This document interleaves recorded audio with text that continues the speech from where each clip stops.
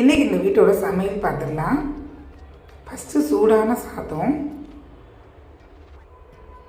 அப்புறம் இது சொரக்காய் போட்டு கூட்டு, தக்காளி வெங்காயம்லாம் போட்டு தேங்காய் போடாமல் சொரக்காய் கூட்டு.